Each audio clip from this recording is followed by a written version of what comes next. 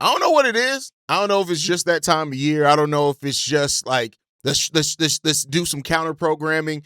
But the national media conversation around the Chicago Bears is starting to shift. Ben Johnson has been picked to win Coach of the Year by some, and Caleb Williams has been ranked as an elite quarterback that's on the doorstep of greatness. We're going to talk a little bit about that. Plus, the offseason for the Chicago Bears gets strong grades from an outlet. We'll take a look at that as well. And the Bears have been predicted to make a bold move at the trade deadline. We're going to talk about all that plus more right after this.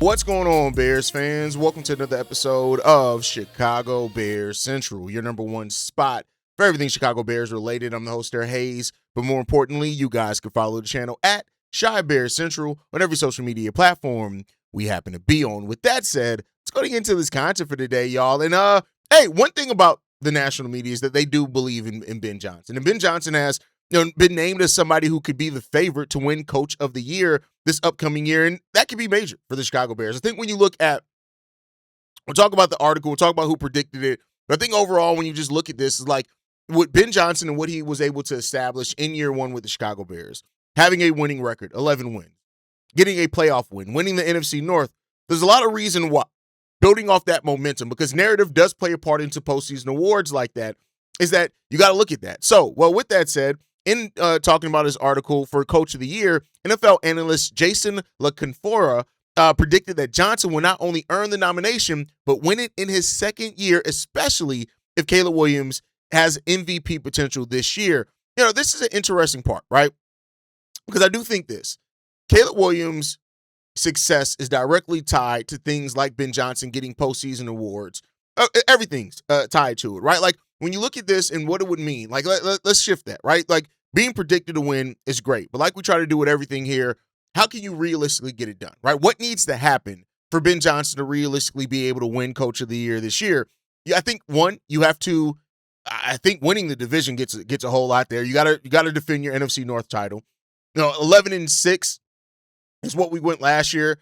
I think 12, 13 wins get you really in that conversation as well. A playoff win, it helps there as well, even though the Coach of the Year award, it should not be, postseason doesn't technically take effect into that. But I think it's this. The Bears need to stay towards the top of the NFC. Last year, we still, towards the last couple of weeks of the season, had a chance to win the NFC, right? So I think you have to get into that one. And also the question has to be not about if Ben Johnson can fix X. It has to be, can they sustain already fixing what's there? Ben Johnson has already proven that he is a great leader for the Chicago Bears team, and this offense took a step under him. There's no doubt about that. But I think the Caleb Wilson doing too much Bulls coverage. Caleb Williams also making that next step and being in that MVP conversation, it definitely would help something like that. Like, there's just no doubt about how much that would help Ben Johnson, like being the guy that having your elite quarterback be an MVP candidate player, that definitely plays a part into that. But I think this offense has to continue to be elite, right? Like last year, we weren't ranked to do something good. Like I talked about on yesterday's episode, the Bears' weapons last year was ranked 25th going into the season, when it being top 10 in a lot of offensive categories. So you need to continue that. But also, because it is Coach of the Year as well, don't overlook the defense being a part of that conversation. We know Ben Johnson doesn't call the defensive plays. That's on Dennis Allen. But being the Coach of the Year, it's about the totality of what your team does. So I think also, like, a big part of the narrative that a lot of people won't talk about that can help Ben Johnson get into that conversation as far as Coach of the Year is going to be about, whether right or wrong, how much better does this defense actually look next season, right? Do we look, and we're still one of the bottom 5 defenses in the league, or have we made ourselves some more in the middle of the pack? Like, the sweet spot that I want to see this Bears defense be in is between that 14 and 16 range, right in the middle of the pack there. You can do that with the way that our offense is slated to have some firepower. I think that, it's not to say that it's going to be just given to him. I'm not saying that at all, but I do think that's the things that's going to have to happen for Ben Johnson to really get into that consideration of Coach of the Year. And the offense is going to have to look elite. Like, we're going to have to continue. When you talk about all the weapons that we do have, the way that those guys are used plays a huge role into that. If you have another breakout year from one of Luther Burden, Colson Loveland, Kyle Manon guy, God forbid Xavier Thomas, Romo Dunze, right? Like, if a combination of those guys have this year where they're really breaking out, especially because there's some parts of the national media that doesn't want to rank the Bears' weapons. They more so want to say that, oh, well, it's because of Ben Johnson's play calling. We don't know how good those guys would be if it wasn't for Ben Johnson calling the plays. All right, cool. Now that they all out there looking good on you, now what you going to say, right? Like, so there's a big part of that. But I'd say this too. Ben Johnson is somebody who isn't going to care about all of that if the results aren't there, right? Like, Ben Johnson isn't a coach that cares about Coach of the Year conversation in July. He doesn't care about that. He cares about prepping his team and getting them ready so they can go to battle in October, November, December, right? So they're in battles in that they are in meaningful games, that they are going to war. And that's the thing that makes this even more special, because if the Bears do, if Ben Johnson does get into that conversation of Coach of the Year, we know that it's going to be because this Bears team went out and put in the work and went out there and surprised some teams and punched some teams in their goddamn faces. That's what that would mean. And so, that's the overarching thing for me here. That's the thing that I care about the most. And that's the thing that I think Ben Johnson, this organization, the culture that we've built here with the Chicago Bears, is a culture that they care about what's happening on the football field first. All the other shit, like if they can win postseason awards, if this player can be all pro, like that's not the culture that we're building here. That's not what this coaching staff cares about. That's not what they have the players caring about. It's about the success of the team. Everything else happens when the success of the team gets to the place that it has. Everything will go the way that it's supposed to go. That's the most important thing. And I love that we have a team that's like, there were times where I felt like Matt Eberflus cared more about winning the press conference than putting in a system that won the game. And I felt like that. Same thing with Nagy, right? I felt the same way about Nagy as well. So, you have now not just a head coach, but a whole staff that cares more about the preparation, the getting ready, the going to war, the using the players to the best of their ability. They care about that more than anything else. And that's how you really build a successful franchise. So, Ben Johnson getting Coach of the Year buzz, great. It's amazing. Like, I love to see it, because I love seeing guys on my team, get what they deserve, because we know the work that they put in. But it all comes down to winning football games. And if you're winning football games, the rest of it will take care of itself in the long run. And that's all that matters. That's all that should matter in the long run. But we talked about how Ben Johnson and Caleb Williams are intrinsically linked to their success one to another, and how that's viewed amongst the NFL and around the NFL world and pundits and things like that. Well, for what it's worth as well, CBS writer Ben DiArdo, released his ranking of NFL quarterbacks across 6 tiers, and Caleb Williams fell into tier 2, which is the borderline star tier. Right now, went on to say this. Williams' flair for the dramatics included a game-winning touchdown against the rival Packers in the NFC wildcard round. He'll join NFL royalty if he can lead the Bears to a franchise second Super Bowl title. More consistent play will be needed if that is going to come to fruition. Now, here's the thing. We talked about how much the completion percentage is being in it. I've even gone into why that matters. I think when you look at, quarterbacks that have truly gotten their teams to elite places, the completion percentage does matter in that. You just don't see teams be elite offensively and be elite in winning with completion percentages as low as what Caleb Williams has. That's why that does matter. That is why Ben Johnson talked about it. The 70% completion percentage that Ben Johnson challenged Caleb Williams to, we don't expect him to get that. If he does, great. Like, if he does, shout out to him. But it's how Caleb Williams, if Caleb Williams wants to be clearly viewed as, and he should already be viewed on that precipice of being an elite quarterback. But if he wants to do that, let's even take the completion percentage out of it. For just a second, let's take that out of it. You have to win games in a more consistent and dominant fashion. Even if you take Caleb Williams' completion percentage and it wasn't as much as the storyline, and it was fun to see, was the comeback victories, but let's say it was the Bears being consistent through full 4 quarters, winning those games and winning, you'd see a lot of the conversation around Caleb Williams changes. So this team needs to make that next step, right? And efficiency does become part of that step, but also the way execution becomes part of that step as well. So the Bears have to get into that. We know what Caleb Williams is capable of.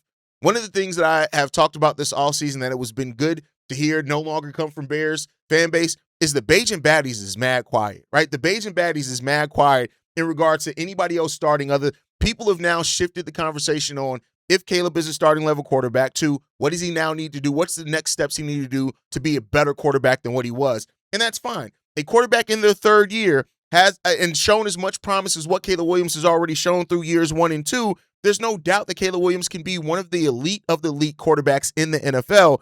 You just got to continue to put in that work, right? You got to continue to put in that work. And Caleb is somebody that, like, I love the quote that we talked about from him in yesterday's episode where he's like, no, I hear the hate. Anybody says that they don't at least hear it is lying to you, because I do hear it. No, I don't think that should be the thing that is the sole driver and motivation force behind you. You got to want to go out there and be the great. But Caleb came into this league talking about wanting to be measured by Super Bowls. And that's the standard that he needs to be held to then, right? You want to be one of the elites, you want to get that?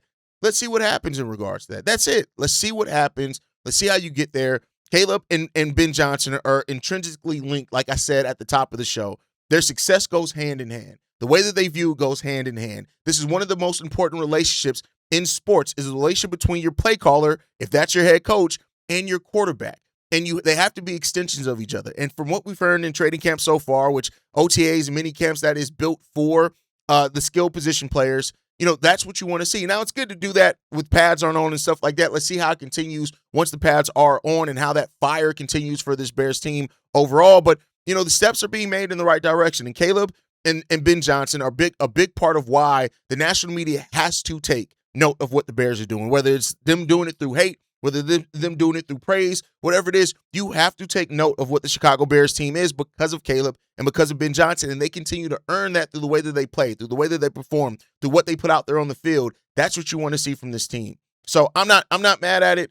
Shout out to CBS. They've been one of the ones that give the Bears more love than national media outlets like ESPN and shit like that. But overall, it just comes down to this, man. Let's go out there and prove it. And that's just really it for me. Go out there and prove it. Leave it all out there on the field, and let's see what happens after that.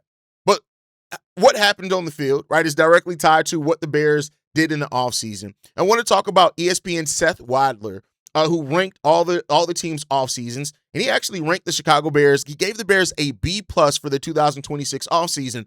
And I think that this stands out a lot because, Bears fans, right, and this is where, as much as we call out the national media, we do got to talk about some Bears fans can't see the forest for the trees sometimes.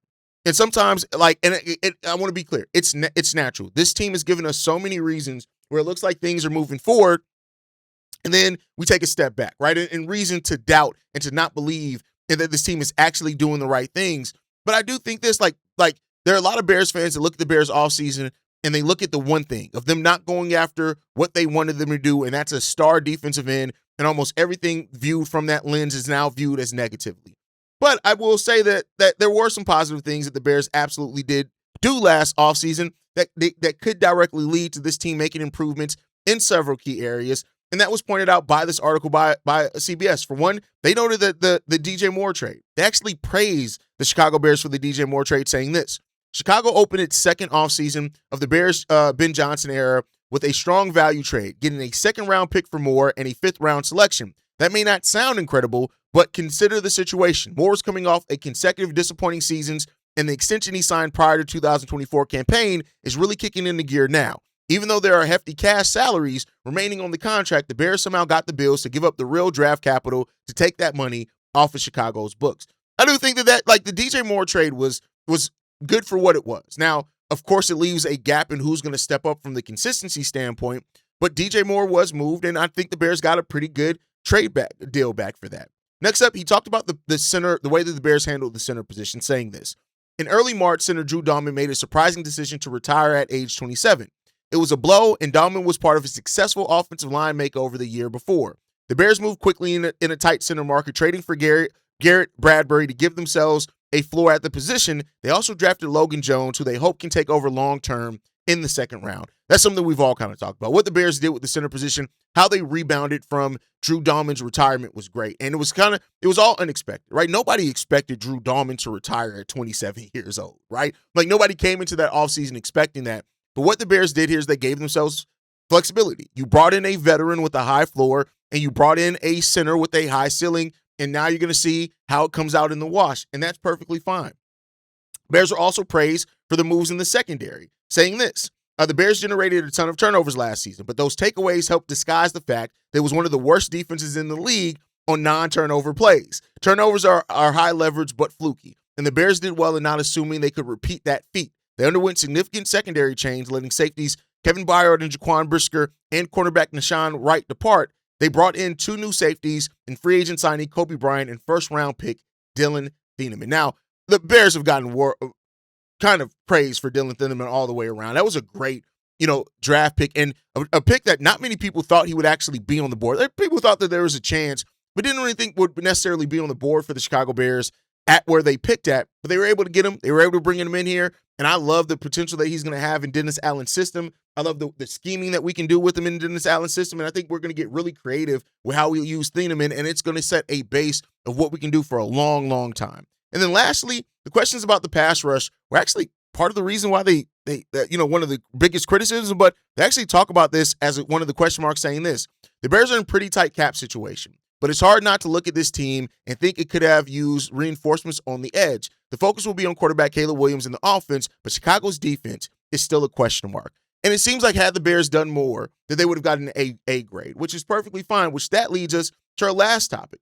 The rumors are going to still circle around the Bears and what they could do with the pass rush. I've told you guys, do not expect the Bears to make any splash move during the season. They're going to go into training camp. They're going to go into the preseason. They're likely go into the start of the season, evaluating what they have here on the roster. And I did say then that if the Bears do decide to do something, you're looking more so at a trade deadline move than something that's going to happen prior to the season. Well, Mo Morton of Bleacher Report actually shared that as well, as he had an article on bold predictions for 2026, and he said that he believes the Chicago Bears will acquire pass rusher Josh Sweat from Arizona Cardinals, shore up the pass rush. Also, Dan Garzanio from ESPN also says that Sweat was letting it be known that he's unhappy with the Cardinals. While Arizona has stated that they're not trading Sweat, that doesn't mean that they won't if the price is right, which could be the case if the Bears are contenders around the trade deadline. This opens up an interesting conversation, right? If the Bears, as they get towards the trade deadline, and this is something that Ryan Poles has done in his tenure in running the Chicago Bears, is that he's not against evaluating where they are then and saying to himself, okay, this is what we need. Like, this is where it looks like we're going. We need something to help get us over the top, right? If that is the pass rush, which I still have a lot of faith in Austin Booker. It seems like not a lot of Bears fans have that faith. There are some that do. The ones that say, hey, we're making too much of the pass rush because, Austin Booker was this, he looked like that. But if the Bears do have or look at this thing by the trade deadline and where the Bears are as a team and say, we can really make a go at the Super Bowl here, we need some reinforcements on the edge, Josh Sweat would be a perfect candidate for that, right? Now, I will say this. The Bears don't have great financial resources right now with where things are. We can target Sweat. You look at Sweat, there's $9.8 million guaranteed money on his deal this year. That's a lot more easily acquirable than like Max Crosby's deal. That's $30 million, right? I think when you look at 2025, Josh Sweat had 12.5 sacks, and you look at the boost that he could provide. You have the dual Sweat lineup at the edge. Like, we all know the potential that's there if you have that.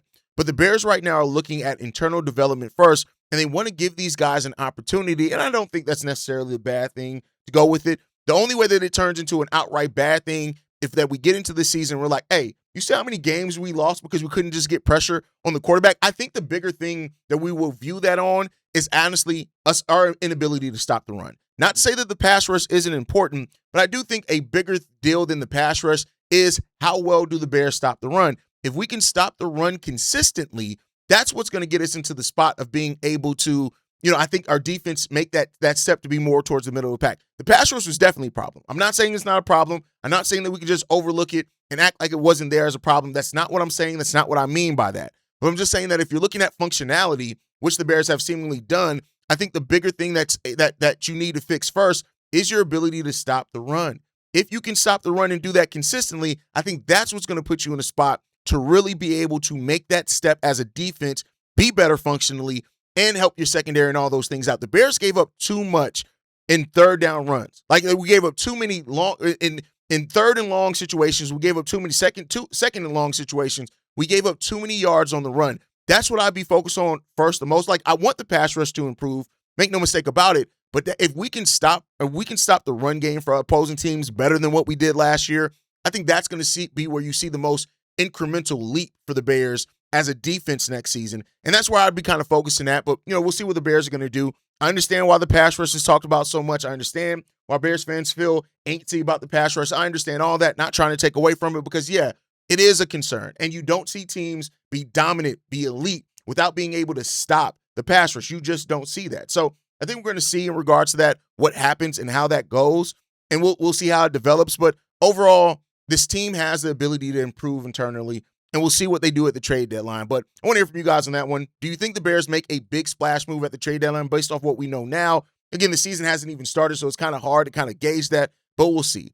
Do you think Ben Johnson can be a Coach of the Year candidate? Do you think Ryan Poles deserves a B+ for his offseason? Let me know all that down below as well. Make sure you guys like the video, subscribe to the channel as well, hit that notification bell so you never miss an episode or an upload. You can follow us at Shy Bear Central on every social media platform. You send us any feedback, questions, comments, concerns. ChicagoBearsCentral@gmail.com. And lastly, if you want to leave a text message and our voicemail for the mailbag, the number to do so, 773-242-9336. We are the #1 spot for everything Chicago Bears related, but that is thanks to you, the lovely and beautiful people. And like I like to end every episode on, Chi-Town up, but Bear down. Love you guys.